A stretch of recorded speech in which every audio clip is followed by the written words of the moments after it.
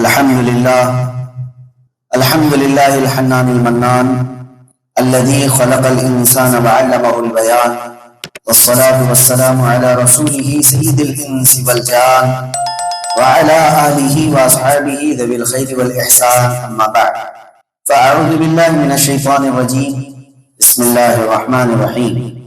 أرأيت من اتخذ إلهه هواه أفأنت تكون عليه وكيلا أم تحسب أن أكثرهم يسمعون أو يعقلون إن هم إلا كالأنعام بل هم أضل. صدق الله مولانا العظيم. بارگاہ رسالت معاذ صلی اللہ علیہ وسلم میں درود پاک کا ہدیہ پیش کر لیں. اللہم صلی علی سیدنا و مولانا محمد معدن الجود والکرم وآلہ واصحابہ الکرام وابنہ الکریم وبارک وسلم صلاۃ دائمۃ سرمدا ابدا.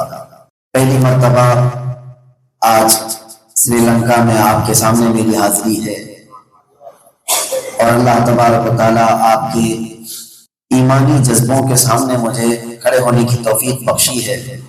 اس ایک چھوٹے سے جزیرے میں آپ اپنے ایمان کی حفاظت کے ساتھ جی رہے ہیں، بلکہ صبح ہی میں نے میرے عزیز القدر مولانا مصطفیٰ صاحب سے کہا، اترنے کے بعد ایسا لگا کہ حقیقت میں اپنے باپ کے گاؤں آئے ہوئے ہیں. اور سری لنکا ویسے ہم سب کے باپ کا گاؤں ہے، سیدنا آدم علیہ السلام. مجھے یہ بھی بتایا انہوں نے کہ اردو سے زیادہ شغف نہیں ہے آپ حضرات کا، لیکن امید ہے عشق میں جب بولا جاتا ہے تو وہاں زبان کوئی بھی آڑے نہیں آتی، سب سمجھ میں آ جاتا ہے. اس لیے کہ مولانا مجھ سے کہہ رہے تھے کہ آسان اردو میں بات کیجئے تو سب کو سمجھ میں آ جائے. بیٹھے بیٹھے میں یہ سوچ رہا تھا، مجھے یہ آسان اردو میں بات کرنے کی بات کر رہے ہیں اور مجھ سے پہلے تو یہاں اعلیٰ حضرت کی نعت پڑھی جا رہی ہے. اعلیٰ حضرت کی نعت کوئی آسان اردو میں ہوتی نہیں، وہ عام لوگوں کو کیا علماء کو نہیں سمجھ میں آتی. تو پھر یہ محسوس ہوا کہ ان کو اردو پوری نہیں آتی، اس کے باوجود اعلیٰ حضرت کی نعت سن کر کے جھوم رہے ہیں. تو زبان کا مسئلہ نہیں ہے، یہ عشق کا مسئلہ ہے. جہاں محبت اور عشق ہو، کبھی آپ نے سوچا مدینے سے نکلے ہوئے صحابہ افریقہ کی سرزمین پر اسلام کیسے پھیلا ہے؟ یورپ میں گئے اسلام کیسے پھیلا ہے؟ وہی صحابہ آئے تھے ہندوستان میں تجارت کرنے کے لیے، جب اسلام لائے ان کی تو پیور عربی زبان تھی، لیکن افریقہ کی زبان عربی نہیں تھی، یورپ کی زبان عربی نہیں تھی. وہ گئے اور اسلام لے کر کے گئے، لوگوں کو صرف اسلام سکھایا نہیں، پلا کر کے آئے. وجہ یہ ہے کہ ہر انسان کے اندر جب محبت اور عشق ہوتا ہے تو اس کی ایک باڈی لینگویج ہوتی ہے، اور اس باڈی لینگویج کا اثر زبان سے کہے جانے والے الفاظ سے زیادہ ہوتا ہے، اس سے زیادہ ہوتا ہے. مجھے حیرت ہوتی ہے، حضرت مالک بن دینار کے متعلق سنا ہوگا. کیرلا آپ سے قریب ہے، ہندوستان کا جو آخری علاقہ. رسول اللہ صلی اللہ علیہ وسلم کے صحابہ سب سے پہلے جو ہندوستان تشریف لائے، اس میں تاریخ میں یہ ملتا ہے کیرلا کی سرزمین پر اترے تھے. وہاں پر ایک راجا بھی تھا، اس نے یہ صحابہ کو دیکھ کر کے ان سے پوچھا کہ تم لوگوں کا دین کیا ہے، کہاں سے تعلق ہے. انہوں نے بتایا مکہ مکرمہ میں محمد رسول اللہ صلی اللہ تعالی علیہ وسلم کے ہم پیروکار ہیں. تو یہ راجا چیرمن، اس نے صحابہ کی بات کو صرف کان سے سن کر چھوڑا نہیں، اسی وقت سفر کرنے کا ارادہ کیا اور حضور صلی اللہ علیہ وسلم سے ملاقات کے لیے مدینے بھی گئے. اور اسلام قبول کر کے واپس آنے کے وقت تاریخ یہ بتاتی ہے کہ عمان میں آج جو سلالہ علاقہ ہے وہاں انتقال ہوا. میں یہ سوچتا ہوں کہ نئے آئے ہوئے اجنبی لوگوں سے کون سی زبان میں انہوں نے سنا ہوگا جو اتنا عشق آ گیا کہ وہ مدینے چلے گئے. یہ صرف اور صرف زبان نہیں ہوتی، جب محبت دل میں ہوتی ہے تو بہت سارے لوگوں کے دلوں میں بات اثر کر جاتی ہے. بہرحال مجھے امید ہے کہ میری باتیں بھی انشاءاللہ العزیز باؤنس نہیں جائیں گی، تھوڑی بہت دلوں کے اندر بھی اتر جائے گا انشاءاللہ. قرآن پاک میں اللہ تعالیٰ فرماتا ہے، اَرَأَيْتَ مَنِ اتَّخَذَ إِلَٰهَهُ هَوَاهُ، اے رسول کیا آپ نے نہیں دیکھا بہت سارے لوگ ایسے ہیں جنہوں نے اپنی خواہشات کو ہی اپنا خدا بنا لیا. آج ایک پوائنٹ پر میں آپ سے گفتگو کرنا چاہوں گا. موسٹلی سب کا یہ حال ہو گیا ہے کہ ہم جس کو خدا مانتے ہیں وہ کون ہے؟ اللہ کی بارگاہ میں سجدہ ریز ہوتے. ایک تاریخی چیز میں بتا کر کے اس کو آگے بڑھاتا ہوں بات. ہم جیسے کرسی پہ بھی بیٹھے تھے، شیخ محی الدین ابن عربی شیخ اعظم بہت بڑے ولی تھے، کرسی پر بیٹھے ہوئے تھے، ان کے سامنے بہت سارے لوگ بیٹھے ہوئے تھے. اچانک انہوں نے اپنی زبان سے کہا، تم لوگ جس کی عبادت کرتے ہو تمہارا خدا میرے پیروں کے نیچے رہتا ہے، تمہارا خدا میرے پیروں کے نیچے رہتا ہے. اتنی بات سن کر کے سب گھبرا گئے. ان کو کیا ہو گیا کہ یہ خدا کے بارے میں ایسی بات کر رہے ہیں کہ خدا ان کے پیروں کے نیچے رہتا ہے؟ سب اٹھ کر کے بھاگ گئے کہ یہ کافر ہو گیا ہے، یہ مولوی اس کی زبان سے پتہ نہیں ایسے جملے نکلتے ہیں، یہ کافر ہو گیا. سب چلے گئے. 2 لوگ بیٹھے رہ گئے لاسٹ تک. انہوں نے پوچھا، حضور آپ کے ایسا کہنے کا مطلب کیا تھا؟ کیا یہ کفر کا جملہ نہیں ہے؟ آپ یوں کہہ رہے ہیں کہ تمہارا خدا میرے پیروں کے نیچے رہتا ہے. تو شیخ محی الدین ابن عربی نے کہا، رکو میں تمہیں بتاتا ہوں، میں نے جو کہا وہ سچ کہا. کہا کیسے؟ چٹائی اٹھائی اپنے پیروں کے نیچے سے، سونے کے اور چاندی کے سکے پڑے ہوئے تھے. کہا اسی کی وہ عبادت کرتے تھے، یہ جتنے آئے ہوئے تھے یہ اس کی عبادت کرنے والے لوگ ہیں، یہ دولت کے پجاری ہیں. میں نے یہ کہا کہ تمہارا خدا میرے پیروں کے نیچے رہتا ہے، میں نے یہ نہیں کہا کائنات کا خدا میرے پیروں کے نیچے. تمہارا خدا جس کی تم عبادت کر رہے ہو، جس کی تم پرستش کر رہے ہو. میرے عزیزو، قرآن میں بھی اللہ نے یہ فرمایا، بہت سے وہ لوگ ہیں جو صرف اپنی خواہشات، اپنی تمنائیں حاصل کرنے کے لیے اتنے دوڑ رہے ہیں کہ جیسے اس کو خدا سمجھ لیا کہ جو وہ چاہے وہ ہو جانا چاہیے. میرے تقریر میں آنے سے پہلے میرے پاس بہت سارے سوالات آئے، آپ ہی لوگوں میں سے یا سری لنکن نوجوانوں میں سے. میں اسی کے سلسلے میں آپ کے سامنے گفتگو کرتا ہوں. کچھ باتیں. آج کے نوجوانوں کا ایک بہت بڑا مسئلہ ہے اینزائٹی، بے چینی، بے قراری. یہ کیوں آتی ہے؟ دنیا جتنی ترقی کرتی جا رہی ہے ہم بے چین ہوتے جا رہے ہیں. ہمارے پاس آرام کی ہر چیز آ گئی لیکن بے چینی اور بڑھتی چلی جاتی ہے. جتنی آسائشیں ہمارے پاس ہیں پہلے کے دور میں اتنی نہیں تھی. میں حج اور عمرے کے کنٹینیو ہر مہینے جاتا ہوں تو دیکھتا ہوں ساتھ میں جو جانے والے لوگ ہیں ان کو کئی مرتبہ میں کہتا ہوں عمرے پہ جا رہے ہیں، حج پہ جا رہے ہیں. آپ کو پتا ہے آج سے صرف 50 سال پہلے، صرف 60 سال پہلے جو حج پر گئے ان کو پوچھو کہ کیسے گئے تھے. ان میں لوگ ابھی شاید زندہ نہیں ہوں، کچھ ہوں گے تو ان کو پوچھو. وہ پانی کے جہاز سے نکلتے اور جدہ میں جا کر رکتے، پھر جدہ سے لے کر کے مکہ جانے تک ان کو 3 دن لگتے تھے. اونٹ پر بیٹھ کر جاتے ہیں. صدر الشریعہ رحمۃ اللہ تعالیٰ علیہ نے بہار شریعت میں حج کے پورے سفر کا لکھا ہے. پڑھ کر کے ایسا لگتا ہے کون سے زمانے کی بات ہے، صرف 60-70 سال پہلے کی بات ہے. وہاں جاتے مکہ میں خیمے لگاتے تھے، چولہے لگا کر کھانا بناتے تھے، مٹیوں پر ہی ان کی نمازیں عبادتیں. عرفات میں کھلے میدان میں، مزدلفہ میں کھلے میدان میں. آج وہ بڑھتے بڑھتے ہم اتنی ترقی کر چکے ہیں، نہ آپ کو پانی کی جہاز میں شپ میں جانا ہے، ادھر بیٹھے ایروپلین وہ بھی فل اے سی ہے، ادھر اترے ایئرپورٹ میں اے سی ہے، وہاں باہر نکلے بس میں اے سی ہے، پہنچے ہوٹل میں اے سی ہے، ساری چیزیں سہولت کے ساتھ. لیکن شکایتیں اتنی زیادہ آج کے دور میں ہیں کہ پچھلے 70 سال پہلے کسی نے اتنی نہیں کی تھی. یہ کھانا ایسا کہاں سے آ گیا، یہ سہولت، یہ گدا ایسا کیسے آ گیا، یہ روم میں اسمیل آتی ہے، یہ فلاں. جتنی ترقی کرتا ہے انسان وہ بے چین ہوتا جا رہا ہے. وہ سکون کہاں ہے، وہ قرار کہاں ہے، وہ جو اطمینان ہے. وہ صحابہ کرام رسول اللہ صلی اللہ تعالی علیہ وسلم کے پیچھے نماز پڑھتے تھے، ان کی مسجدیں لکڑیوں کی بنی ہوئی تھیں، اور جب سجدہ کر کے اٹھتے تھے تو پیشانی پر کنکریوں کے نشان ہوتے تھے. پورے پیشانی پر کنکریوں کے نشان. خود رسول اللہ صلی اللہ تعالی علیہ وسلم جب سو کر کے اٹھتے تھے تو آپ کے جسم پر پورے رسی کے نشان ہوتے تھے. جو کھجور کے چھال کا بسترا ہوتا تھا جسم پر نشان رہتے تھے سو کر اٹھنے کے بعد. لیکن یہ وہ لوگ تھے جب سو کر اٹھے یا جو بھی ہیں اس کے بعد پھر کہتے تھے الحمدللہ الذی احیانا بعد ما اماتنا، شکر خدا کے ساتھ. اور آج ہمارے لیے قالین کی مسجد ہے، اے سی مسجد ہے، جہاں بیٹھے تو ذرا برابر بھی آپ کو گرمی نہ لگے اس کا اہتمام ہے، بہت کچھ۔ اب تو مسجدیں جو ہے میں کئی جگہ پر جا کر دیکھا ہوں، وہ تو ایک آڈیٹوریم بنی ہوئی، آدھے سے زیادہ مسجد کا حصہ چیئر سے بھرا ہوا، بہت ساری چیزیں ہونے کے بعد وہ قرار، وہ سکون کیوں نہیں ہے؟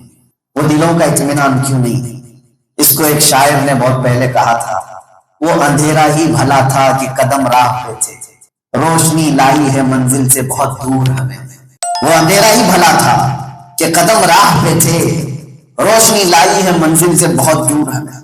ایک چیز ہے میرے عزیزوں، اس کا علاج یہ ہے، انسان کے متعلق میرے آقا صلی اللہ علیہ وسلم نے فرمایا ہے کہ اس کو قبر کی مٹی تک بھی کوئی سکون نہیں دے سکتا، اس کو سیراب نہیں کر سکتا جب تک یہ اپنی خواہشات کے پیچھے بھاگتا رہے۔ جب تک تم بھاگو، کیا آج آپ سیٹسفائیڈ ہیں کہ آپ کا گھر اتنا ہو گیا اب اور نہیں کرنا ہے؟ کوئی نہیں ہوگا، اس میں کرنا ہے اور آگے کرنا ہے۔ جس کے گھر میں 3 وقت کا کھانا برابر آ رہا ہے اس کو بھی کمانا ہے اور آگے بڑھنا ہے۔ گھر اگر آج 1000 اسکوائر فٹ کا ہے تو اسے 2000 اسکوائر فٹ کا بنانا ہے، کہیں رکتا نہیں ہے۔ دنیا کا ریچسٹ آدمی بھی رکتا نہیں ہے، وہ بھاگتا ہے۔ اس کی وجہ یہ ہے کہ میرے آقا نے فرمایا ہے اس کی خواہشات کی لمٹ کہیں نہیں، کہیں نہیں۔ یہاں تک کہ حدیث میں حضور صلی اللہ علیہ وسلم فرماتے ہیں کسی انسان کو 2 پہاڑوں کے بیچ والا حصہ، 2 پہاڑ ہیں، 2 پہاڑ کے بیچ میں جتنا حصہ ہے یہ بھر کر کے اس کو گولڈ دے دیا جائے، سونا دے دیا جائے، اور اس سے کہا جائے اب تو خوش ہو گیا، تو کہے گا کاش اس طرح کا ایک اور حصہ مجھے مل جاتا تو میں خوش ہو گیا۔ یہ 1400 سال پہلے رسول اللہ صلی اللہ علیہ وسلم بیان فرماتے، اور پھر فرماتے ہیں اگر اس کو 2 پہاڑوں کے بیچ کا حصہ ایک اور دے دیا جائے، اور ایک بڑا حصہ دے دیا جائے، اس سے پوچھا جائے اب تو تیرے پاس اس طرح کی 2 چیزیں آ گئیں، وہ کہے گا کاش تیسری ہو جاتی تو پھر اور مزہ، اولاد بھی ہے، رشتہ دار بھی ہے، بہت سارے لوگ ہیں۔ تو میرے عزیزوں اس کی لمیٹیشن کہیں ہے ہی نہیں، انسان کی خواہشات کو کہیں آپ روک ہی نہیں سکتے۔ کہاں جا کر کے پھر رکے گا؟ کون سی چیز ہے جو اس کو قرار دے گی، اطمینان دے گی؟ ایک ہی چیز ہے، ایک ہی راستہ ہے، وہ میرے آقا صلی اللہ علیہ وسلم نے علاج میں بیان فرمایا، لا یؤمن احدکم حتی یکون ہواہ تبعا لما جئت بہ۔ اس وقت تک تمہارا ایمان بھی کمپلیٹ نہیں ہو سکتا جب تک تمہاری یہ جو خواہشات ہیں وہ میری مرضی کے مطابق نہ کرنا۔ حضور صلی اللہ علیہ وسلم کی مرضی کے مطابق، ان کی منشا کے مطابق جب تک ہماری خواہشات نہیں کریں گے اس وقت تک ہمیں سکون نہیں مل سکتا، کبھی نہیں ہوگا، اور انسان بھاگتا ہی رہے گا۔ اسے اگر صرف یہ خیال آ جائے میں میرے نبی کی مرضی میں خوش ہوں، تو پھر دیکھو اس کو آدھی روٹی پر بھی وہ خوش ہو جاتا ہے، آدھی روٹی پر بھی خوش ہے۔ مجھے میرے عزیزوں یہ پریکٹیکلی دیکھنے کو ملا۔ یہاں کھڑے ہو کر کے بیان کرنا آسان ہے کہ ہم ہر مصیبت گوارا کر لیں گے حضور کی محبت میں، نبی پاک صلی اللہ تعالی علیہ وسلم کے عشق میں، لیکن 4 دن کسی کو جیل میں اندر ڈال دیا جائے، پھر پوچھا جائے اب بتاؤ، بہت اچھے اچھے لوگوں کو دیکھا ہکڑی نکل جاتی۔ کتنے میں نے 8 مہینے جیل کے اندر لوگوں کو کافر ہوتے ہوئے دیکھا، انکار کر دیتے، کوئی خدا نہیں ہے، کوئی قرآن نہیں ہے، کوئی اللہ نہیں ہے، کوئی نماز نہیں ہے۔ وجہ کیا ہے؟ مصیبتیں جیسی آتی ہیں وہ آدمی سٹپٹا جاتا ہے، گھبراتا ہے۔ اس وقت بھی کوئی چیز اگر تمہیں روکتی ہے تو یہی ہے کہ ہمارے دل میں یہ بات اگر آ گئی مجھے میرے نبی پاک صلی اللہ تعالی علیہ وسلم کی مرضی کے مطابق اپنی خواہشات بنانا ہے، ان کی مرضی اس میں ہے تو میں اس میں راضی ہوں، پھر اس کے بعد سکون آ جاتا ہے، اطمینان آ جاتا ہے۔ ورنہ پوری زندگی میں کبھی آپ کو اینزائٹی سے چھٹکارا نہیں مل سکتا، یہ بے چینی سے اس کا علاج ہی نہیں۔ آج جن لوگوں کے بھی یہ سوال ہے، نوجوانوں کے لیے خاص طور پر، آپ کتنے بھی وظیفے پڑھ لو خواہشات کم نہیں ہے تمہاری، نمازیں خوب پڑھ لو، ابھی دل گھبرایا، بے چینی ہوئی، حضرت کون سا وظیفہ بتاؤ، دل بہت بے چین ہے، 100 بار یہ پڑھ لو، 100 بار یہ پڑھ لو، کوئی بھی بتا دیا، پڑھ تو لیا۔ میں کہتا ہوں صرف یہ تمہارے وظیفے بھی تمہارا علاج نہیں۔ مثال کے طور پر میں آپ کو بتاتا ہوں، شوگر ہو گئی ہے اور آپ کو ہم نے گولیاں دے دی، 5 گولیاں صبح، دوپہر میں اور شام میں کھا لو، بہت اچھی گولیاں، بہت مہنگی گولیاں ہیں، یہ گولیاں لے کر کے گئے، ٹیبلٹس شوگر، 8 دن کے بعد پھر کہتے کچھ بھی شوگر ڈاؤن نہیں ہو رہی ہے، روز کھا رہا ہوں۔ پھر میں نے معلوم کیا گولیاں تو 5 ہر ٹائم پہ لیتے ہیں، لیکن روزانہ 1 کلو شکر بھی کھا رہے ہیں، میٹھا خوب کھا رہے ہیں اور گولی بھی کھا رہے ہیں، تو کبھی بھی آپ کا علاج نہیں ہو سکتا۔ تو یہ جو ہماری خواہشات ہے اس کی لمٹ کرنا پڑے گا، اس کی لمیٹیشن اگر ختم یا روک نہیں لگے گی تو کبھی بھی بے چینی کا علاج نہیں کر سکتے۔ آؤ میں آپ کو بتاتا ہوں چند مثالوں کے ذریعے سے صحابہ کرام رضوان اللہ تعالیٰ علیہ مجمعین نے کیسے اپنی زندگیوں کی خواہشات کو ختم کیا۔ حضرت ابو بکر صدیق رضی اللہ تعالیٰ جب خلیفہ بنے تو خلافت کے کاموں میں اتنے بزی رہتے تھے بہت، تو بیت المال سے آپ کی تنخواہ مقرر کر دی گئی، سیلری دی جانے لگی۔ سارے مسلمانوں نے اتفاق کیا کہ امیر المومنین اب کمائیں گے کہاں سے؟ بیت المال سے ان کی سیلری، منتھلی سیلری دی جائے گی۔ تو حضرت ابو بکر صدیق کو جو سیلری مل رہی تھی، تنخواہ مل رہی تھی، لاتے تھے، گھر کا خرچہ ہو جاتا تھا، بس اس کے علاوہ نہیں تھی۔ ایک دن ان کی بیوی نے کہا کہ کبھی کچھ اچھی غذا کھا لو، کچھ اچھا کھانا کھا لو، سوکھا سوکھا کھا کر کے آپ کے بال دیکھو کیسے ہو گئے، آپ کا جسم کیسے ہو گیا۔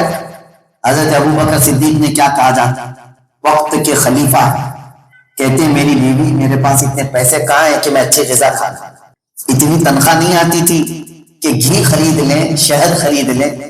تو ان کی بیوی کہتی آپ ٹینشن مت لو، میرے پاس جمع کیے ہوئے پیسے ہیں، میں اس سے گھی لے کر کے آتی ہوں اور شہد لے کر کے آتی ہوں تاکہ تھوڑی نرم غذا آپ کھائیں گے، طاقت بھی آئے گی، اچھا لگے گا۔ حضرت ابو بکر صدیق نے پوچھا تمہارے پاس کہاں سے پیسے آئے؟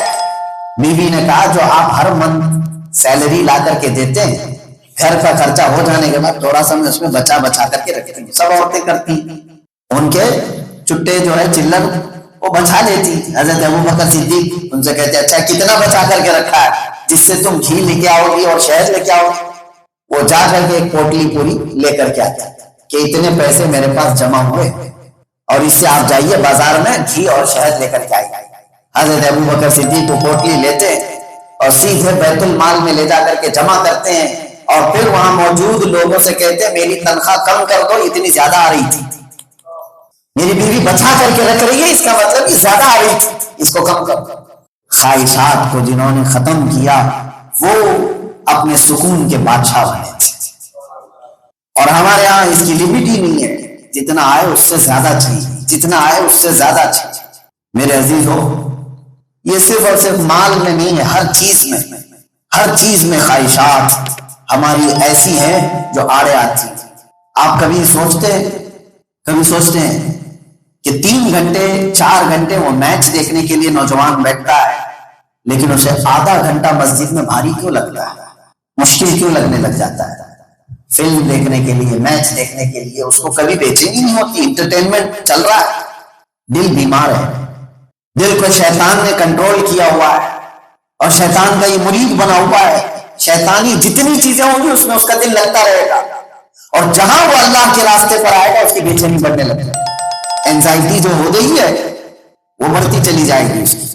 یہ صرف اور صرف اس کا علاج ایک ہی چیز پر ہے جس کو اعلیٰ حضرت فاضل بریلوی رضی اللہ تعالیٰ عنہ نے اپنے شعر میں یوں فرمایا، اس کا علاج ایک ہی ہے، انہیں جانا انہیں مانا، نہ رکھا غیر سے کام، للہ الحمد میں دنیا سے مسلمان گیا، آج لے ان کی پناہ، آج مدد مانگ ان سے، کل نہ مانیں گے قیامت میں اگر مان گیا۔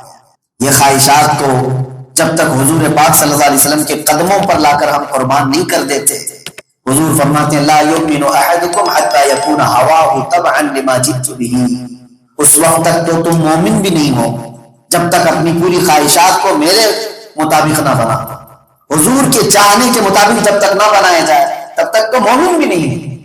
اسی لیے میرے عزیز نوجوانوں سے ایک اور خاص بات، محبوب الہی نظام الدین اولیاء رحمۃ اللہ علیہ کی نصیحت ہے، وہ نصیحت میں نوجوانوں کو دینا چاہتا ہوں۔ بہت سارے لوگ یہ سوال کرتے ہیں کہ ہم جو چاہتے ہیں وہ ہوتا نہیں ہے، اکثر کچھ ٹارگٹ اچیو کرنے کے لیے بھاگ رہے ہوتے وہ نہیں ہوتا ہم سے، تو دل بیٹھ جاتا ہے، ہمارا دل مایوس ہو جاتا ہے، نروس ہو جاتے ہیں، ہم جو کرنا چاہتے ہیں وہ نہیں ہوتا، تو اس کا علاج کیا ہے؟ ہماری مایوسی کا علاج محبوب الہی نظام الدین اولیاء سے ان کے ایک مرید نے پوچھا کہ حضور کچھ نصیحت کر دیجئے مجھے.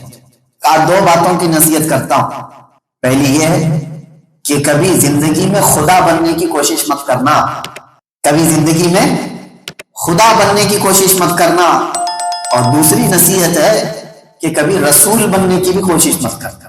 مرید نے کہا کہ حضور کیا ایسا بھی کوئی ہوتا ہے؟ ہم مسلمان ہیں, کوئی خدا بننے کی کیسے کوشش کرے گا؟ انہوں نے کہا ہر آدمی کرتا ہے تقریباً. تم کیا کہہ رہے ہو؟ مسلمان بھی یہ کوشش کرتے ہیں. کہا وہ کیسے؟ کہا صرف خدا کی شان ہے یہ, انما امرہ اذا اراد شیئا ان یقول له کن فیکون. یہ صرف خدا کی شان ہے کہ جب وہ کسی چیز کو چاہ لیتا ہے وہ پوری ہو کر رہتی ہے. یہ خدا کی شان ہے. اور بندہ ہو کر کے یہ بھی سوچتا ہے میں جو چاہوں وہ پورا ہونا چاہیے. ایسا نہیں ہو سکتا. تمہیں یہ سوچنا چاہیے کوشش میری طرف سے ہے, مکمل کرنا اللہ کی طرف سے. ہم جو چاہتے ہیں وہ ہو جائے دنیا میں, ایسا ضروری نہیں. اگر نوجوان اس چیز سے مایوس ہوتے ہیں تو آخر میں یہی سوچ لینا چاہیے میں تو انسان ہوں, میں انسان ہوں, خدا نہیں ہوں. کوشش کیا نہیں ہوا, مایوسی نہیں. تو یہ جو مایوسی آتی ہے وہ اینزائٹی پیدا کرتی ہے, بے چینی پیدا کرتی ہے. اور دوسرے ان سے پوچھا ان کے مرید نے رسول بننے کی کوشش نہ کرنا. آپ نے کہا اس لیے کہ صرف امت میں رسول ہیں جن کی مخالفت کرنے پر آدمی کافر ہو جاتا ہے. تم وہ بننے کی کوشش مت کرنا کہ کوئی میری مخالفت ہی نہیں کرے گا, کوئی میرے خلاف ہی نہیں بولے گا. جو تیرے خلاف بولے تو اس کو کافر سمجھ لے گا. یہ تیرے اندر نہیں آنا چاہیے. اس بہتوں کے اندر ہے, سب کے اندر. جتنی ہماری تعریف کرنے والے لوگ ہیں وہ اچھے لگتے ہیں, اور جہاں کہیں ہماری برائی ہو گئی تو دشمنی آ جاتی ہے. میرے عزیزوں, امام غزالی رحمۃ اللہ تعالی علیہ نے فرمایا ہے کہ کبھی کبھار اپنی تنقید, اپنا کرٹیسائز برداشت کرو. تمہارے دل کے اندر جو غرور آتا ہے, وہ تکبر آتا ہے, وہ ختم کرنے کے لیے دنیا میں کچھ ایسے لوگ ہوتے ہیں جو تمہاری برائی کرتے ہیں. اگر ساری دنیا تمہاری اچھائی کرنے لگ جائے تو پھر تم بھی خدائی کا دعویٰ کر بیٹھو گے, تمہارے اندر بھی غرور اتنا آ جائے گا. تو یہ دنیا میں جینے کے بہت سارے اس طرح کے طریقے. بہرحال جو نقطہ میں لے کر کے چل رہا تھا, ہماری لمٹ کہیں پر ختم ہوتی ہے یا نہیں ہوتی؟ نہیں ہوتی ہے. اس کو فارسی میں ایک بزرگ نے لکھا ہے, ایک بادشاہ نے اچانک اعلان کر دیا کہ آج میں بہت خوش ہوں. ایک وزیر سے کہا کہ تجھے آج میں انعام دوں گا. کیا انعام دوں گا؟ کیا پرائز میں کیا ملنے والا ہے؟ کہا جا اپنے ہاتھ میں لکڑی لے لے اور زمین پہ لکیر کھینچتا ہوا جا. شام سورج ڈوبنے سے پہلے پہلے جتنی زمین تو ایکوائر کرے گا وہ سب تیرے نام پر, ایک دن کے اندر. توجہ سے سنیے, آج پورا فری میں بادشاہ کی طرف سے مل رہی ہے, اور صبح اس کو کہا جا رہا ہے کہ زمین کو ایکوائر کرنا, لکیر اپنے ہاتھ میں لکڑی لے کر کے جتنا راؤنڈ کرے گا, لیکن یہ شرط ہے سورج ڈوبنے سے پہلے پہلے جہاں سے شروع کیا تھا وہاں پر ختم کر دینا راؤنڈ, وہ تمہارے نام پر ہے. وہ نکلا لکڑی لے کر کے. ظاہر سی بات ہے فری میں جب کسی کو لینڈ مل رہی, وہ زمین مل رہی, تو لکڑی لے کر کے بھاگتا رہا. پیچھے دیکھا اتنی زمین ایکوائر ہو چکی, اور آگے گیا. دوپہر تک بھاگا, جہاں تک بھاگ رہا تھا اس کی ہی زمین ہے. اس نے سوچا اور تھوڑا بھاگا, اور تھوڑا بھاگا. دوپہر ہو گئی, نہ کھانا ہے نہ پانی ہے, بھاگ رہا ہے. اور اس کے بعد اس کو واپس آنے کا خیال تھا. سوچا اور تھوڑا سا آگے, بعد میں پھر واپس آ کر کے اپنے پوائنٹ پر کمپلیٹ کر دو. دوپہر ہو گئی, سورج ڈھلنے لگ گیا. سوچا اب تو واپس اس پوائنٹ پہ جانا ہے. بادشاہ اور سارے لوگ انتظار کر رہے ہیں کتنی زمین ایکوائر کر رہا ہے, لیکن بادشاہ نے کہا ہے تو اس کو دے دے گا. واپس وہ جب آنے لگا تو ہانپنے لگ گیا, کیونکہ بھوکا بھی ہے, پیاسا بھی ہے, دوڑ نہیں پا رہا ہے. پھر بھی جب کوئی چیز حاصل کرنا ہے آدمی تو دن بھی رات بھی سب لگا دیتا ہے. دوڑ رہا ہے. اس کے دماغ میں صرف اتنی بڑی زمین آج میرے نام پر ہونے والی ہے.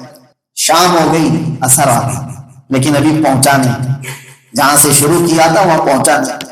دوڑتے جب قریب آیا تو دکھائی دے رہے تھے بادشاہ اور وزیر انتظار میں کھڑے. لیکن ادھر اس کی طبیعت بھی خراب ہوتی جا رہی ہے، دوڑنے کی طاقت نہیں ہے، ہمت کر کے طاقت کر کے جتنا دوڑتے رہا سورج ڈوبنے کو آ گیا بالکل، لیکن یہ اپنے پوائنٹ پر پہنچ نہیں پا رہا تھا، کوشش کی اور چھلانگ لگا کر کے پہنچنے کی، اور جا کر کے پہنچا، ادھر سورج ڈوب گیا اور یہ اپنی لکڑی لا کر کے اس اسکوائر کو کمپلیٹ تو کر دیا، لیکن جیسے آیا وہاں زمین پر گر گیا بری طرح سے ہانپتا ہوا، پیچھے دیکھا بہت بڑی زمین، کتنے ایکڑ اس نے پورے دن بھر میں گھوم کر کے ایکوائر کیا، پوائنٹ پہ پہنچا، ٹھوکر کھا کے گرا اور سانس پھولتی رہی، لیکن قریب آ کر کے جب لوگوں نے دیکھا تو اس کی موت ہو چکی تھی، اس کی روح نکل چکی تھی، ہارٹ اٹیک ہوا، جو بھی ہوا، اور بادشاہ اور اس کے وزیروں نے کہا اٹھاؤ، مر گیا بیچارہ، اس کو تو بہت ساری آج زمین ملنے والی تھی، لیکن اسی ایکوائر جہاں پر کیا اس نے پوائنٹ کمپلیٹ، وہی اس کی قبر کھودی گئی، اور قبر کھود کر کے بادشاہ نے کہا اس پر لکھ دو، اس کو صرف 6-7 فٹ کی جگہ کی ضرورت تھی اور دن بھر دوڑ رہا تھا، جتنے قبر میں سویا ہے بس اس کو اتنی ضرورت تھی، لیکن صبح سے شام تک دوڑ رہا تھا۔ میرے عزیزوں، تقریباً ہم سب کا حال ایسا ہو چکا ہے، یہ صرف اور صرف کوئی ایک واقعہ نہیں، تقریباً لوگوں کی زندگیوں کو جھنجھوڑنے کے لیے ہماری لمٹ کہیں تو روکنا پڑے گا، ہماری خواہشات کو کہیں کنٹرول پہ لانا پڑے گا، ورنہ یہی حال ہوگا کہ دوڑتا رہے گا آدمی، دوڑتا رہے گا۔ میں بہتوں کو دیکھتا ہوں 40 سال 45 سال کے جو ہو چکے، وہ ہمارے آس پاس کے ہی ہوں گے قریب، یہ سب بیمار ہیں، ابھی سب بیمار ہیں، وجہ یہ ہے کہ یہ جوانی میں اتنا دوڑے۔ شیخ سعدی رحمۃ اللہ تعالیٰ علیہ فرماتے ہیں اس کی 2 ہی چیزیں ہیں انسان کی، مال کمانے کے لیے اپنی صحت گنوا دیتا ہے، دن بھی اس کا ٹھکانہ نہیں، رات بھی ٹھکانہ نہیں، نائٹ جاب بھی کر رہا ہے، کھانے کا بھی ٹھکانہ نہیں، جوان تھا تو سب چل رہا تھا، جیسی 40 تک آ گیا نڈال ہو گیا، اب جو ہے روز 10 گولیاں کھا رہا ہے اور علاج کرا رہا ہے۔ شیخ سعدی فرماتے ہیں پہلے صحت گنوایا، اب مال گنوا رہا ہے صحت بچانے کے، یہی کر کے ختم دنیا سے چلے جاتے ہیں۔ میرے عزیزوں، صحابہ کرام رضوان اللہ تعالیٰ علیہم اجمعین کی زندگیاں ایسی تھیں، حضور پاک صلی اللہ تعالیٰ علیہ وسلم ایک ڈاکٹر کو لا کر مدینے میں رکھے کہ میرے صحابہ کا علاج کرو، 6 مہینے کے بعد وہ اپنا سوٹکیس اٹھا کے جانے لگے۔ اس ڈاکٹر سے پوچھا گیا کہ کیا بات ہے؟ کہا نہیں، ہمارا بزنس یہاں چل ہی نہیں رہا۔ صحابہ کرام رضوان اللہ تعالیٰ علیہ مجمعین کے علاج کے لیے حکیم کو رکھا گیا تھا، کہا کہ کوئی آتا نہیں زیادہ ہے یہاں پر، میرا نہیں چلے گا یہاں۔ تو سنیے، وہ جاتے رہے تھے لیکن ان سے ایک چیز پوچھی گئی، آپ کے اپنے ایجوکیشن کے حساب سے بتاؤ کون سی ایسی چیز ہے جو ان کو اس طرح بیمار نہیں کرتی؟ میرا پوائنٹ وہی ہے، آپ کو بھی بولنا۔ اس حکیم نے یہ نہیں کہا کہ روز ورزش کرتے ہیں، ورک آؤٹ کرتے ہیں، بھاگتے ہیں، جاگنگ کرتے ہیں، واکنگ کرتے ہیں، ہاں جم کرنے والے لوگ ہیں۔ ڈاکٹر نے صرف اتنا کہا، وہ حکیم نے، یا رسول اللہ صلی اللہ علیہ وسلم، آپ کے صحابہ کی ایک عادت اچھی ہے کہ یہ کھانا اس وقت چھوڑ دیتے ہیں جب ابھی خواہش باقی رہتی تھی، یہاں تک نہیں چڑھاتے، بس یہ چیز ہے جو ان کو بیمار نہیں ہونے دیتی، یہ اتنا کھاتے ہیں کہ ابھی خواہش باقی رہتی ہے۔ یہی میں کہنا چاہتا ہوں، کہیں لمٹ کو اگر ہم نے روک لیا تو ہر چیز سکون کی تمہاری، یہاں یہی تو بڑا مسئلہ ہے، ہم نے لمٹ روکی نہیں، کہیں پر لمیٹیشن بنائی نہیں، خواہشات پر، بھوک پر، ہر چیز پر۔ آج مجھے بات یاد آتی ہے، بچپن میں میرے والد گرامی حضرت علامہ محمد ابن حسن رحمہ اللہ، اللہ تعالیٰ ان کو غریق رحمت فرمائے، سرکار مفتی اعظم ہند رضی اللہ تعالیٰ عنہ کے پروردہ تھے، حضور حافظ ملت رحمۃ اللہ علیہ کے خاص شاگردوں میں سے تھے، بڑے عالم تھے، لیکن انہوں نے اپنی ہماری تربیت میں جو بھی کیا، آج بہت ساری چیزوں کا احساس ہوتا ہے۔ اسکول جانے کے وقت ہم جو چیز مانگتے تھے نہیں دی جاتی تھی، ہر چیز نہیں دلائی جاتی تھی، تو اسکول میں دوسرے اسٹوڈنٹس کے سامنے کبھی کبھار ہم کو ایسا لگتا تھا ہمارے ابا نہیں دلاتے، ان کے ابا تو سب دلا کے بھیجتے، جتنے بکس چاہیے وہ بھی لے لیتے ہیں یہ سارے ہمارے دوست، ان کو کوئی ٹوائز چاہیے وہ مل جاتا ہے، میرے ابا نہیں دلاتے۔ آج اس کا احساس ہوتا ہے بچے کی ہر خواہش پوری کرنا یہ زہر ہے، یہ زہر ہے، یہی سے تو ہم نے شروعات کر دی، اس کی خواہشات کو بے لگام کر دیا، وہ جو چاہے اور کرتا رہے، کہیں تو روکنا ہوگا۔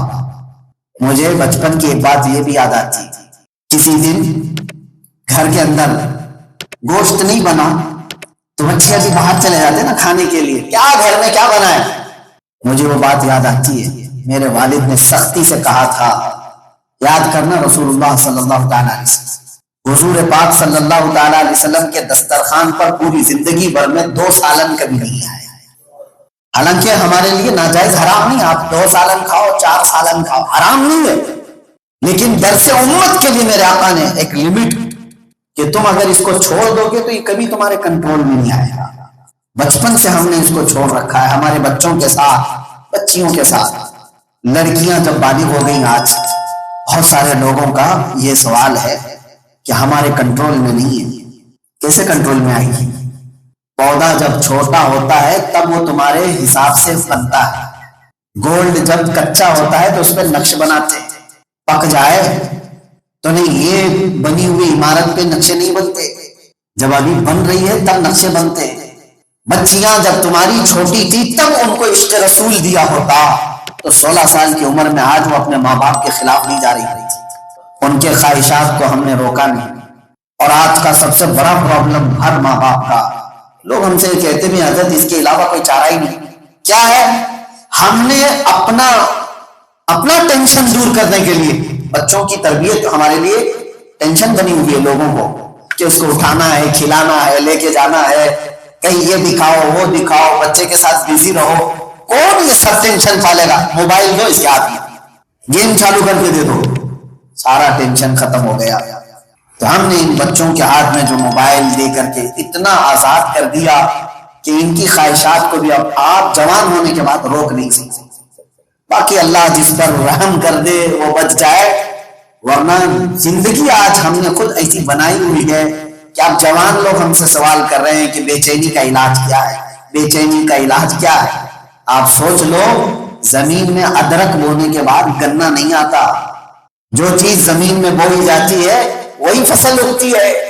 بچپن سے جب ہم نے اپنی لمٹ نہیں رکھی تو جوانی میں جو ہے یہ خواہشات بہت زیادہ ہوتی ہیں، بہت زیادہ۔ میں چند حدیثیں آپ کو سناؤں تو رونگٹے کھڑے ہو جائیں۔ اللہ کے رسول صلی اللہ تعالیٰ علیہ وسلم نے فرمایا، انسان جب بے قابو ہو جائے، بے قابو سمجھتے ہیں کنٹرول اس کا ہٹ گیا اگر اس کے خواہشات پر سے، تو یہ ماں کے ساتھ بھی بدکاری کر سکتا ہے، زنا کر سکتا ہے، اس کے لیے بہن بھی کوئی مسئلہ نہیں، اس کے لیے ماں بھی کوئی مسئلہ نہیں، سب اس کے لیے برابر ہے۔ جب خواہشات پر کنٹرول نہ ہو تو انسان بہت خطرناک بنتا ہے، بہت خطرناک۔ آج دنیا میں ہم دیکھ رہے ہیں ایپسٹین فائل والے لوگ کون ہیں؟ کون ہیں؟ بڑے پیسے والے لوگ۔ اگر سکون پیسوں میں ہی تھا تو یہ اتنے بڑے بڑے لوگ ایپسٹین فائل کے اندر جن کے نام کھلے جا رہے ہیں، یہ 12 سال کی بچیوں کے ساتھ ریپ تو نہیں کر رہے بچے، جو ان کے گرینڈ سن اور گرینڈ ڈاٹر کے برابر کی بچیاں ہوں، ان کے ساتھ اگر کوئی ریپ کرتا ہو تو یہ سکون والا آدمی تو نہیں کر سکتا۔ مال زیادہ آ جانے کے بعد ہی اگر آپ کو لگتا ہے کہ سکون مل جائے گا، ایسا نہیں ہے۔ سکون کے لیے ہمارے پاس جو علاج ہے وہ ایک ہی علاج ہے، در مصطفیٰ صلی اللہ علیہ وسلم۔ میرے مرشد گرامی حضور تاج الشریعہ رحمۃ اللہ تعالیٰ علیہ نے فرمایا، تیرے دامن کرم میں جسے نیند آ گئی ہے، تیرے دامن کرم میں جسے نیند آ گئی ہے، وہ فنا نہ ہوگی اسے زندگی ملی ہے، جو فنا نہ ہوگی اسے زندگی۔ حضور کے دامن میں جو اپنے سکون ڈھونڈا ہے وہ دنیا میں ہر جگہ اس کا سکون ہے، ہر جگہ سکون ہے۔ ایک بچہ میرے پاس لے کر کے آؤ، آپ میں سے کوئی بھی کھڑا ہو جائے اور کہے میں دنیا بھر کی ہر چیز کو چھوڑتا ہوں، صرف میرے نبی سے محبت کرتا ہوں، اور پھر میں اس کو بتاتا ہوں تیرے دل کی دھڑکن، تیری آنکھوں میں نبی رسول، ہر گھڑی تجھے حضور سے محبت ہے، پھر اس کو لے جاؤ جنگل میں چھوڑا، پھر اس کو لے جاؤ جیل میں چھوڑا، پھر اس کو لے جاؤ کوڑے میں ڈال دو، ہر جگہ سے وہ ایک ہی طرح سے نکلے گا۔ وجہ یہ ہے کہ اس کا سکون یہ دنیا کی چیزوں سے ہٹ گیا ہے، ایک ہی چیز پر لگا ہے، وہ آمنہ کے لال سے۔ یہ ہے بے چینی کا علاج۔ انہیں جانا انہیں مانا، نہ رکھا غیر سے کام، للہ الحمد میں دنیا سے مسلمان گیا۔ اور جس کا ان سے رشتہ مضبوط نہیں وہ گھڑی گھڑی یہاں تڑپ رہا ہے۔ بہت پیسے والے لوگوں کی راتوں کی نیند حرام ہے، بہت سارے لوگ مسلمان ہو کر ایسا میں نہیں کہتا کہ پیسے کمانا جائز نہیں، آپ خوب کماؤ، عثمان غنی نے کما کر دکھایا ہے۔ کسی کی محتاجی اللہ نہ لائے، مال جتنا جمع کر سکتے ہو، تمہارے لیے کوئی لمٹ نہیں رکھی گئی، لیکن ایک شرط کے ساتھ کہ سمندر میں جب آپ بوٹ پہ چل رہے ہو تو اس بات کا خیال رکھنا کہ ہمیشہ بوٹ پانی پہ ہی رہے، پانی بوٹ میں اگر آ گیا تو یہ مسئلہ ہو سکتا ہے، ڈوب جاؤ۔ تو دنیا میں آپ جتنا بھی مال کما رہے ہو تو دنیا کے اوپر رہو کہ یہ دنیا تمہارے اندر آ گئی تو ڈوب جاؤ، تمہارے اندر نہ آ جائے۔ اور آج رات کے وقت میں جس طرح آپ اپنا گھر چھوڑ کر کے اللہ کے گھر میں بیٹھے، کوئی چیز لے کر کے آئی نا، کوئی چیز تو لے کر کے آئی نہیں، ورنہ یہ وقت مسجد میں بیٹھنے کا نہیں ہے لوگوں کو، کوئی تو چیز لے کر کے آئی، تو اسی سے لگتا ہے کہ ابھی بھی وہ چیز زندہ ہے آپ کے دلوں کے اندر، ابھی بھی وہ چیز زندہ ہے۔ دنیا اتنی غالب اگر آ گئی ہوتی تو رات کے وقت لوگ آج اڈے پر بیٹھنے کو فخر محسوس کرتے ہیں، مسجد میں نہیں آنا چاہتے۔ بہرحال اخیر میں اپنی گفتگو کو سمیٹتے ہوئے دو چند اور نصیحتیں آپ کے سامنے رکھتا ہوں۔ یہ لمیٹیشن کے بارے میں کس کی خواہش نہیں ہوتی کہ اچھی عورت ملے، کس کی خواہش نہیں ہوتی لڑکی کی کہ اچھا دولہا ملے، سب کی خواہش رہتی ہے، سب کی خواہش۔ نوجوانوں سے پوچھو، ان کے پاس تو لسٹ ہوگی کہ ان کو بیوی کیسی چاہیے۔ لڑکیاں بھی آپ وہ اپنا شہزادہ دماغ میں بٹھا کر کے رکھی ہوئی ہوتی ہیں کہ ایسا ہونا چاہیے ویسا ہونا چاہیے، ٹھیک ہے، یہ خواہشات ہے، تمنا ہے۔ رسول اللہ صلی اللہ علیہ وسلم کے زمانے میں ایک ایسا مسئلہ آیا تھا، ایک صحابی ہیں جوان، کالے رنگ کے تھے، اور وہ آئے، کہا یا رسول اللہ مجھے کوئی بیٹی دیتا ہی نہیں، جہاں پر بھی نکاح کا پیغام بھیجو ریجیکٹ، میری شکل ایسی نہیں ہے۔ تو جانتے ہو یہ امتحان کے لیے کیا ہوگا رسول اللہ نے یا جھوٹ؟ حضور نے فرمایا ٹھیک، تیری شادی میں کرتا ہوں ایک گھر ایسا تھا، عمرو بن وہب ثقفی صحابی ہیں، انصار مدینہ میں سے ہیں، مدینہ کے رہنے والے، ان کی بیٹی مدینے کی خوبصورت لڑکی تھی، اور یہ کالے رنگ کے جو صحابی آئے، حضور نے فرمایا جاؤ عمرو بن وہب کی بیٹی کو میں تمہارے ساتھ نکاح کرتا ہوں، جا کر کے ان کے ماں باپ سے کہنا۔ یہ گئے، عمرو بن وہب گھر میں بیٹھے ہوئے تھے ان کی بیوی کے ساتھ، بیٹی اندر تھی، یہ نوجوان کالے رنگ کا آیا، ایک دم شکل کے اعتبار سے پوچھا اس صحابی نے کیوں آئے ہو؟ انہوں نے کہا رسول اللہ نے بھیجا ہے صلی اللہ علیہ وسلم۔ پوچھا کیوں بھیجا ہے؟ کہا سنا ہے آپ کے گھر میں بیٹی ہے، میں اس کے نکاح کا پیغام لے کر کے آیا ہوں، شادی آپ کر دیجیے۔ کہا میری بیٹی سے؟ شکل دیکھیں، ہر ماں باپ تو سوچتا ہے اپنی بیٹی کو شادی کر کے دینے کے لیے داماد کیسا ہو، تو انسانی فطرت تھی، انہوں نے کہا ٹھیک ہے تم جاؤ، ہم رسول اللہ سے بات کر لیں گے صلی اللہ علیہ وسلم۔ بس اتنا کہا، صرف اتنا کہا انہوں نے، میں بات کر لوں گا حضور سے آ کر کے۔ وہ تو چلے گئے، خوشی خوشی ہی چلے گئے، ان کو کوئی ٹینشن نہیں تھا کہ روز کا ہے ان کا، جہاں پر بھی رشتہ لے کر کے جاتے تھے سب ریجیکٹ ہی ہوتا تھا، یہ کوئی نئی بات تو ہے نہیں۔ وہ گئے، جا رہے تھے، بیٹی جو اندر بیٹھی ہوئی تھی وہ اندر سے باہر آئی، ماں باپ سے پوچھتی ابا کون آیا تھا؟ کہا ایک نوجوان آیا تھا۔ کہا کہاں سے؟ کہا رسول اللہ صلی اللہ علیہ وسلم نے بھیجا تھا۔ کس لیے؟ کہا تیری شادی کا پیغام لے کر کے آیا تھا۔ کہا آپ نے کیا جواب دیا؟ کہا بیٹا وہ تو کالے رنگ کا تھا، تو مدینے کی خوبصورت لڑکی ہے، میں سوچا کہ پہلے پوچھ لوں تجھ سے۔ وہ بیٹی اندر سے کہتی ہے بابا آپ نے کتنی بڑی غلطی کی، آپ کو اندازہ بھی نہیں، آپ نے اس کو واپس کیسے کر دیا؟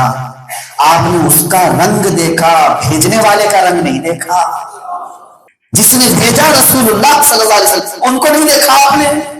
ماں باپ بیٹی کی اس بات کو سن کر کے فوراً بھاگنے لگے حضور کی بارگاہ، آئے تو حضور پاک صلی اللہ علیہ وسلم کے پاس وہ نوجوان پہنچ کر کے ابھی بتا ہی رہے تھے کہ پیچھے سے ماں باپ بھی بھاگ کے آئے۔ کہا یا رسول اللہ دیر ہو گئی آنے میں، ہم راضی ہیں ہماری بیٹی کا نکاح ان سے کر دیں، ہماری بیٹی بھی راضی ہے۔ یہ توجہ چاہتا ہوں وہ کون سی بیٹی ہے؟ میرے مصطفیٰ کریم کے صحابہ میں سے تھے یہ لوگ، انہوں نے یہ نہیں دیکھا کہ میری خواہش کیا ہے، انہوں نے یہ دیکھا کہ رسول اللہ کی خواہش کیا ہے۔ یہی ہے بے چینی کا علاج۔ اس خاتون نے یہ نہیں دیکھا کہ میرے دل کے اندر کیا کیا تمنا ہے، اس نے یہ دیکھا کہ آمینہ کے لال کی تمنا کیا ہے، وہ میرے لیے کیا سوچتے ہیں۔ اپنی خواہشات قربان کرو حضور کی خواہش پر۔ اس کے بعد مسجد نبوی میں نکاح بھی ہو گیا، اور عبداللہ اسود ان کو کہا جاتا تھا، جو کالے رنگ کے نوجوان تھے۔ حضور نے ان کو کچھ پیسے دیے، کہا جاؤ شادی کا سامان خرید لو، آج تمہاری شادی ہے اور دلہن کو گھر لے جاؤ گے۔ غریب بھی تھے وہ، بازار میں سے کچھ سامان خرید لو اور اپنی دلہن کو لے جانا ہے۔ وہ گئے بازار میں شادی کا سامان لینے کے لیے، اچانک پیچھے سے آواز آئی مدینے کی گلیوں میں کہ اے مسلمانوں، مکہ کے مشرکین مدینے پر حملہ کرنے کے لیے آئے، اٹیک کرنے کے لیے آئے ہیں، اور رسول اللہ صلی اللہ علیہ وسلم صحابہ کے ساتھ احد کے میدان میں جا رہے ہیں۔ اے نوجوانوں، سب کے سب نکلو جہاد میں، فی سبیل اللہ، اللہ کے راستے میں۔ یہ عبداللہ اسود جو شادی کا سامان خرید رہے تھے، اب جنگ کا سامان خریدنے لگے، تلوار خریدا، بھالا خریدا، جتنے پیسے تھے اس سے سب، گھوڑا بھی خریدا، اور لوہے کی زرہ جو پہنی جاتی تھی، لوہے کی ٹوپی، جنگوں میں تیروں سے بچنے کے لیے جالی خریدی جاتی، سب خرید لیا، جتنے پیسے تھے سب لگا دیا۔ شادی کے لیے کچھ بھی نہیں رکھا، یہ بھی نہیں سوچا کہ جنگ کر کے واپس آ کے شادی کروں گا، پیسے تو رکھ لوں، نہیں، پیسے آئے ہیں تو سب لٹاؤ، حضور جا رہے ہیں۔ سامان خرید کر کے گھوڑے پر پہلی بار بیٹھ کر کے وہ جنگ میں آ گئے تھے۔ جب صحابہ کرام میدان میں ہیں، دوسرے دن جب یہ جنگ ہو رہی تھی، رسول پاک صلی اللہ تعالی علیہ وسلم دور بیٹھے ہوئے دیکھ رہے تھے صحابہ، اور ایک جوان اتنی تیزی سے لڑ رہا ہے، صفوں کی صفیں چیر رہا ہے۔ حضور پاک صلی اللہ علیہ وسلم اپنے ایک صحابی کو بلا کے پوچھتے ہیں یہ کون ہے، جانتے ہو اس کو؟ صحابہ پیچھے لگ گئے کہ حضور جس کو پوچھ رہے یہ ہے کون؟ سب صحابہ کہتے ہیں آقا وہ مدینے کا تو نہیں دکھتا، باہر کا کوئی ہے، ہم میں سے کوئی اس کو نہیں پہچان رہا ہے، باہر سے کوئی آیا ہوا ہے، ہماری سب کی طرف سے، ہماری جانب سے لڑ رہا ہے اور بہت اچھا لڑ رہا ہے۔ میرے آقا مسکرائے اور کہا میں اس کی کالی کالی کونیاں دیکھ کر کے پہچان رہا ہوں، وہ میرا عبداللہ اسود ہے، اس کو میں نے آج شادی کا سامان خریدنے کے لیے پیسے دیے تھے، اس نے سارے پیسوں سے جنگ کا سامان خرید لیا ہے اور اپنی جان لے کر کے حاضر آیا ہے۔ کون شادی کے دن یہ سب کام کرنے کے لیے نکلے گا بتاؤ؟ آج اگر کسی کے گھر میں شادی ہو تو کیا وہ مسجد میں آنا بھی پسند کرتا ہے؟ ہمارے بچے تو وہ ہیں، شادی اگر ہو رہی ہے تو 4 دن پہلے اور 4 دن بعد تک مسجد میں دکھیں گے، بلکہ وہ کیا ان کے ماں باپ پکڑ کے رکھیں گے، باہر مت جانا، نظر لگ جائے گی، مسجد میں جائے گا کچھ ہو نہ جائے۔ ارے وہ صحابی ہے، مسجد کیا میدان جنگ میں چلے گئے، جنگ کے میدان میں آئے، دوپہر کا وقت تھا، شدید گرمی تھی، لڑتے لڑتے ایسے گھس گئے تھے کہ کفار مشرکین نے یہ جوان عبداللہ اسود کو گھیر لیا اور تیروں سے مار مار کر شہید کر دیا۔ آج کا دولہا، ایک دن کا دولہا میدان میں تڑپتے ہوئے شہید ہو گئے۔ جب شام ہوئی میرے آقا صلی اللہ تعالی علیہ وسلم جب سب صحابہ کی لاشیں اٹھا رہے تھے، سب کی لاشیں اٹھائی جا رہی تھی، ان کے قریب آئے تو حضور میدان میں بیٹھ گئے نیچے اور ان کا سر اٹھا کر اپنے گود میں رکھ لیا اور ان کے چہرے سے حضور پاک مٹی صاف کرنے لگے، ان کی ٹوپی ہٹائی، چہرے پر سے مٹی صاف کرنے لگے اور یہ آیت پڑھی من المؤمنین رجال صدقوا ما عاهدوا الله علیہ، مومنین میں سے کچھ وہ بنتے ہیں جنہوں نے اللہ سے کیا ہوا وعدہ پورا کر دکھاتا ہے۔ یہ وہ لوگ ہیں جنہوں نے اپنی خواہشات کو میرے نبی کے قدموں میں لا کر قربان کر دیا۔ وہ بھی تو جوان تھے، ان کی بھی تو شادیاں ہونی تھی، ان کو بھی تو بچے بنانے کا شوق رہا ہوگا، گھر بسانے کا شوق رہا ہوگا، نہیں، رسول اللہ صلی اللہ تعالی علیہ وسلم کی مرضی پر اپنی زندگی لا کر انہوں نے قربان کیا، اور اسی وجہ سے قرآن میں اللہ نے ان کو کیا کہا، رضی اللہ عنہم ورضوا عنہ، اللہ نے ان سے راضی ہو گیا اور یہ اللہ سے راضی ہو گئے۔ حضرت ابو ہریرہ رضی اللہ تعالیٰ عنہ فرماتے ہیں ایک جنگ میں ہم حضور کے ساتھ گئے تھے، واپس آنے کے وقت جانتے ہو پورے پیروں میں وہ لوگ کپڑے باندھے ہوئے تھے، کپڑے باندھ کر چل رہے تھے، کیوں؟ چپل کسی کے پاس نہیں تھی، کپڑے باندھی کیوں تھے؟ حضرت ابو ہریرہ کہتے ہیں سب کے پیروں کے ناخن اکھڑ گئے تھے اور کسی ایک نے بھی شکایت نہیں کی یا رسول اللہ یہ کیسا سفر ہے، نہیں، کسی نے نہیں کی۔ جنگ خندق کے موقع پر 12,000 کافر اس طرف تھے اور ادھر صحابہ جو 1 مہینے سے خندق کھود کھود کر کے کمزور ہو گئے تھے، بھوکے تھے، اور ادھر کافروں کے ہاں روٹی بن رہی ہے، گوشت بن رہا ہے، اور ادھر یہ پیٹ پر پتھر باندھے ہوتے ہیں، صحابہ پیٹ پر پتھر باندھے ہوئے، کھانے کی چیز نہیں۔ حضور پاک صلی اللہ علیہ وسلم صحابہ کی طرف دیکھتے ہیں، کہتے ادھر سے کھانے کی جو خوشبو آ رہی ہے ہو سکتا ہے تمہیں بے چین کر رہی ہو کہ ہمارے پاس تو کھانا بھی نہیں، کچھ بھی نہیں۔ صحابہ جانتے ہو یہ نہیں کہتے کہ یا رسول اللہ ایسی حالات کیوں آ گئے. کچھ لوگ آج کہتے ہیں نا مصیبت آ گئی تو میں نے ایسا کیا کر دیا تھا، میرے گھر میں ایسا ہو رہا ہے. صحابہ یہ نہیں تھے، وہ کہتے یا رسول اللہ صلی اللہ علیہ وسلم ہم اگر کھانے پینے کے لیے آئے ہوتے تو آپ کے ساتھ نہیں ہوتے، ان کے ساتھ ہوتے. اور اگر ہمیں بھوک لگتی ہے تو آقا ہمارا علاج ہے، ہم آپ کا چہرہ دیکھتے ہیں. صحابہ کا کی عادت تھی، جب ان کو بھوک برداشت سے زیادہ ہو جاتی حضور کا چہرہ دیکھتے تو سکون مل جاتا، بھوک ختم ہوتی تھی. وہ خواہشات کو انہوں نے اس طرح سے ختم کیا، وہ سکون کے بادشاہ تھے. اور آج ہم نے خواہشات کو بادشاہ بنایا، ہم اس کے غلام ہیں. اینزائٹی جو بڑھتی جا رہی ہے نوجوانوں کے اندر، اس کا ایک ہی علاج ہے میرے عزیزو، آؤ بارگاہ مصطفیٰ صلی اللہ علیہ وسلم. ہماری زندگیاں بہت شارٹ رہ گئی ہیں، میں آپ کو بتاتا ہوں اتنی تیزی سے گزر رہی ہے کہ ہمیں اندازہ بھی نہیں. صبح ہوگی شام ہوگی، صبح ہوگی شام ہوگی. رمضان آ رہا ہے، رمضان آ رہا ہے، رمضان چلا گیا. پھر دوسرا رمضان آ رہا ہے، رمضان آ رہا ہے، چلا گیا. آپ کی زندگی کی بہاریں اتنی تیزی سے گزرتی چلی جائیں گی. جو جوان ہیں وہ بہت جلدی بڑھاپے میں آ جائیں گے، اور بوڑھے جو ہیں، اور ایک بات یہ بھی کہ ہر ایک کو بڑھاپا نہیں ملنے والا ہے. جو بوڑھے ہو گئے وہ خوش نصیب لوگ ہیں، سب کو بڑھاپا نہیں آئے گا. قیامت کے قریب میرے آقا صلی اللہ علیہ وسلم نے فرمایا تم دیکھو گے جوان بوڑھے دکھیں گے اور بچے جوان دکھیں گے. بچے جوان نظر آئیں گے اور جوان بوڑھے دکھائی دیں گے. وہ دور ہے آج 5 سال کا 6 سال کا بچہ جتنے باتیں آج جانتا ہے، ہمارے زمانے میں تو 17-18 سال کے لوگ بھی نہیں جانتے. یہ 5 سال 6 سال کے بچے آج سب جانتے ہیں. ایڈلٹری بھی پتا ہے ان کو، ساری چیزیں معلوم. اور جوانوں کا حال یہ ہے کہ یہ جوانی میں ہی سب ختم ہو گئے. 25 سال میں تو یہ بوڑھے دکھنے لگ گئے، 30 سال میں تو یہ سفید ہو رہے ہیں. یہ قیامت کے قریب اتنی تیزی سے ہم نکلنے والے ہیں. ان قریب اعلان ہو جائے گا، کیا پتا کل کی صبح کل کی شام اعلان ہو جائے کہ فلاں کے بیٹے کا انتقال ہو چکا، فلاں کے گھر میں انتقال ہو چکا، اس میں ہمارا ہی نام ہے. ہم نکلنے والے ہیں اس دنیا سے. جو بچی ہوئی ہماری زندگی ہے، آؤ اسی زندگی کو قدم مصطفیٰ پر رکھ دیں، بارگاہ مصطفیٰ میں یوں عرض کریں یا رسول اللہ میں مجرم ہوں آقا مجھے ساتھ لے لو، میں مجرم ہوں آقا مجھے ساتھ لے لو کہ رستے میں ہے جا بجا کھانے والے، چمک تجھ سے پاتے ہیں سب پانے والے، میرا دل بھی چمکا دے چمکانے والے. اعلیٰ حضرت جیسا بڑا مجدد جس کا سونا اٹھنا بیٹھنا سب دین کی خدمت میں گزرا، وہ حضور کی بارگاہ میں یوں کہتا ہے، وہ بارگاہ رسول میں یوں کہتے ہیں یا رسول اللہ میرا دل بھی چمکا دے چمکانا. حضور ہی کر سکتے ہیں. اور آج کے یہ تمام مسائل کا جو حل ہے تو ایک ہی دربار سے ہے، بارگاہ مصطفیٰ صلی اللہ علیہ وسلم. اور جتنے بھی ہمارے مشائخ ہیں بریلی شریف کے، سبوں نے ہم کو جو پلایا ہے وہ یہی پلایا ہے، کسی اور دربار سے نہیں. خسروی اچھی لگی نہ سروری اچھی لگی، ہم فقیروں کو مدینے کی گلی اچھی لگی.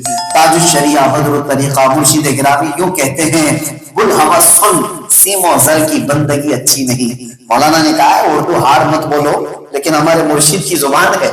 اور اردو بھی شعر جو شاعری جو ہوتی ہے تھوڑا ہارڈ ہوتی ہے، سمجھا دیتا ہوں میں آپ کو. گل ہوس کس کو کہتے ہیں؟ جو میرا پورا ٹاپک چل رہا ہے، خواہشات کا پجاری، جو خواہشات کے پیچھے بھاگتا ہے اس کو گل ہوس کہتے ہیں، ہوس کا ماننے والا. اور مرشد گرامی حضور تاج الشریعہ اس سے کہہ رہے اے ہوس کے پجاری، سیم و زر کہتے ہیں چاندی اور سونا، بول رہے سلور. گل ہوس سن سیم و زر کی بندگی اچھی نہیں، اس کی غلامی اچھی نہیں، ان کے ڈر کی بھیک اچھی، سروری اچھی نہیں.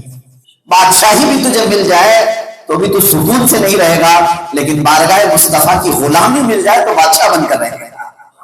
اور یہی ہم نے دیکھا ہے بلال حبشی کو جو لوگ مکہ میں رسیاں ڈال کر کھینچتے تھے اور ان کے جسم پر پیٹھ کے پیچھے جلے ہوئے زخم تھے، ان کی ریڑھ کی ہڈی دکھتی تھی، ان کا جسم جلا ہوا تھا.